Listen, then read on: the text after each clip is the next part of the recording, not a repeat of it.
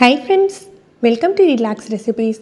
வத்தக்குழம்பு எல்லாருக்குமே ரொம்ப பிடிக்கும். நல்ல புளிப்பு உப்பு உரப்புமா சூப்பராகவே இருக்கும். அதுவும் பருப்பு சாதத்தோட வச்சு சாப்பிட்றதுக்கு ரொம்ப டேஸ்ட்டாக இருக்கும். இன்றைக்கி அதில் ஒரு ஸ்பெஷலாக மொச்சக்கொட்டை போட்டு வத்தக்குழம்பு எப்படி பண்ணுறது தான் பார்க்க போகிறோம். இதை அரைச்சி விட்டு தான் செய்ய போகிறோம். நான் இன்றைக்கி வெள்ளை மொச்சக்கொட்டை எடுத்துருக்கேன். நீங்கள் கருப்பு கூட எடுத்துக்கலாம். 1 கப் அளவுக்கு வெள்ளை மொச்சை. முதல்ல இதை வறுத்துட்டு ஊற போட்டுக்கலாம். நான் சின்ன ப்ரெஷர் பேன்லேயே இதை வறுத்துக்க போகிறேன். நல்ல 1 நிமிஷம் இதை வறுத்துக்கலாம். லேசாக கலர் மாறி வரட்டும். வறுக்காமையும் ஊற போடலாம். நீங்கள் வறுக்காமல் ஊற போடுறதா இருந்தால் ஓவர் நைட்டு ஃபுல்லாக நீங்கள் சோக் பண்ணி வைக்கணும், ஊற வைக்கணும். அப்போ தான் உங்களுக்கு நல்ல வெந்து வரும். இந்த மாதிரி வறுத்துட்டு ஊற போடையில் நல்லா ஒரு 3 மணி நேரத்துலேயே ஊறி வந்துடும். ஒன்று போலையும் வேகும். உங்களுக்கு வேக வைக்கல ஒன்று போல் வெந்து வரும். இன்னுமே சீக்கிரமாக ஊறணும் அப்படின்னா இந்த மாதிரி தண்ணி ஊற்றி விட்டுட்டு ப்ரெஷர் பேனை மூடி போட்டு வச்சிடலாம். மூடி போட்டு விசில்லாம் போட்டு ஓரமாக தூக்கி வச்சுடுங்க.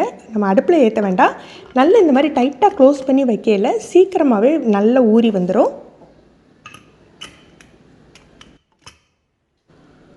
நம்ம வத்தக்குழம்புக்கு தேவையானதை வறுத்து எடுத்துடலாம். 1 டீஸ்பூன் நார்மல் குக்கிங் ஆயில் எடுத்திருக்கேன். இதில் 4 டேபிள் ஸ்பூன் விதை கொத்தமல்லி சேர்த்துக்கணும். 1 டேபிள் ஸ்பூன் ஜீரகம், 1/4 டேபிள் ஸ்பூன் அளவுக்கு மிளகு சேர்த்துக்கலாம். இதுக்கு காரத்துக்கு ஒரு 5 அல்லது 6 காஞ்ச மிளகாய் சேர்த்துக்கணும். முதல்ல இதை லேசாக வறுத்து விட்டுட்டு நம்ம மிளகாய் வத்தல் சேர்த்துக்கலாம். நீல வத்தல் தான் சேர்த்துக்கணும். குண்டு வத்தல் ரொம்ப காரமாயிடும். என்கிட்ட ஏற்கனவே வறுத்த மிளகாய் வத்தல் இருந்ததுனால நான் இப்போ சேர்த்துட்டு லேசாக சூடு மட்டும் காட்டிக்க போகிறேன். நீங்கள் வறுக்காத வத்தல்னால் நல்லா செவந்து வர்ற வரைக்கும் வறுத்துக்கணும். நல்லா வறுபட்டுட்டு இப்போ இதை எடுத்து ஆற வச்சிடலாம். ஒரு சின்ன எலுமிச்சங்காய் அளவுக்கு புளி எடுத்துருக்கேன். இதையும் ஊற வச்சுக்கலாம். ஊறின மொச்சக்கொட்டையை இப்போ வேக வச்சுக்க போகிறோம். எக்ஸ்ட்ரா 1 கப் தண்ணி சேர்த்துட்டு ஒரு 1/2 டீஸ்பூன் உப்பு சேர்த்துக்கலாம். உப்பு சேர்த்துட்டு 4லேருந்து 5 விசில் நம்ம எவ்வளோ நேரம் ஊற வச்சோமோ அதை பொறுத்து நான் இன்றைக்கி 4 விசில் வச்சுக்க போகிறேன். ஏன்னா எனக்கு நல்லா ஹாட் வாட்டர் விட்டு ஊற வச்சுருந்தேன். நல்லா ஊறி வந்துட்டு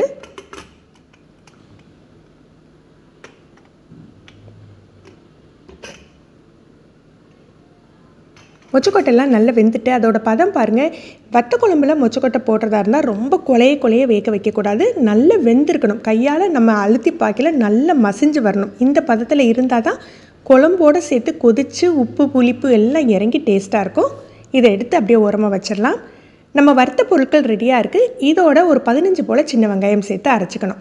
முதல்ல இந்த வறுத்ததெல்லாம் திரிச்சிக்கலாம். திரிச்சிட்டு அதோட வெங்காயத்தை சேர்த்து நைஸாக அரைச்சி எடுத்துக்கணும்.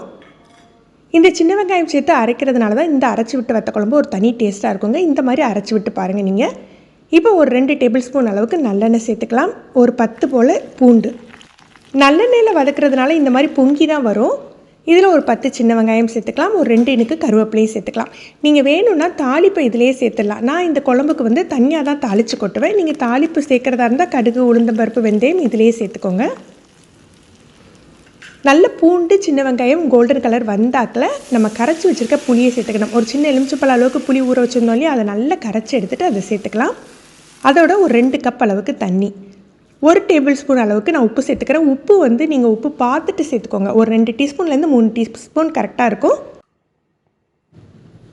தண்ணி கொதிக்கிறதுக்கு முன்னாலேயே நம்ம அரைச்சி வச்ச மசாலாவை சேர்த்துடணும். சேர்த்து நல்லா கரைச்சிக்கலாம். இன்னும் சொல்லப்போனால் நாங்கள் இதை பாத்திரத்திலே உப்பு புளி இந்த மசாலா எல்லாம் சேர்த்து குழம்புக்கு கூட்டிகிட்டு தான் அடுப்பில் ஏற்றுவோம்.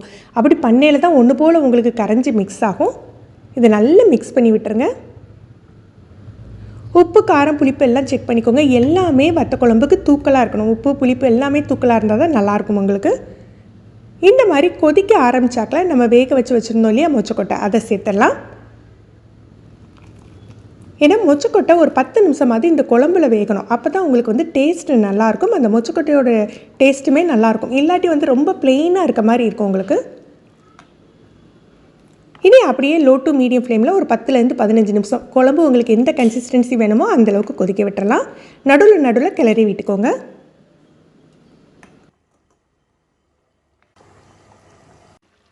குழம்பு கட்டியானாக்கில் தான் நான் தாளிப்பு சேர்ப்பேன். அப்படி சேர்த்தா ஒரு தனி டேஸ்ட்டாக இருக்கும். நீங்கள் அந்த மாதிரி ட்ரை பண்ணி பாருங்கள். முதல்ல தாளிக்காமல் குழம்பு கட்டியானாக்கில் தாளிங்க.